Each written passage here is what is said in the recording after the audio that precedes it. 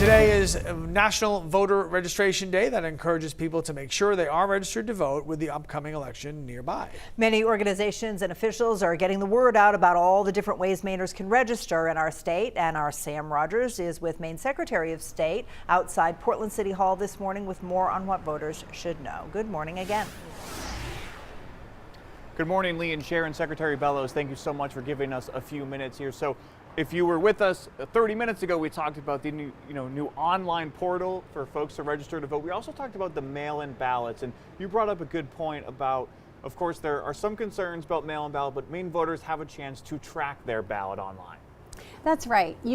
We have a very secure system. You can go online, request your absentee ballot, and then you can see when your ballot is accepted. You can see it at every step of the process. When you fill out that ballot, mail it back in, you can see when the clerk receives it. So that's how you monitor the status of your ballot. Rest assured, we want to make it as accessible and convenient as possible for voters to vote.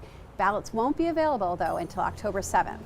And if you wake up on election day and see that your mail-in ballot hasn't been accepted by a town or city clerk, you can let them know that and still cast a paper ballot. That's right. It's a special circumstance. You can't go down a week before the election and say, I changed my mind about how I'm going to vote. That won't work.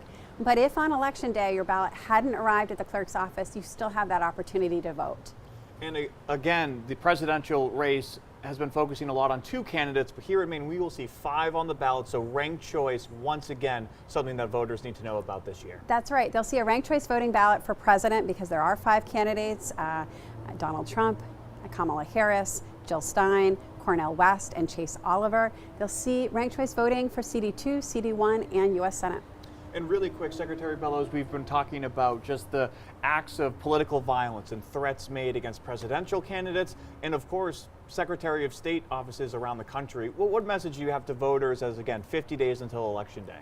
Let's bring down the temperature, bring our best selves. We can agree to disagree on policies. We can have robust debates without name-calling, dehumanizing, or threatening anyone in elected office or the election officials that are working so hard to make this election free, safe, and secure.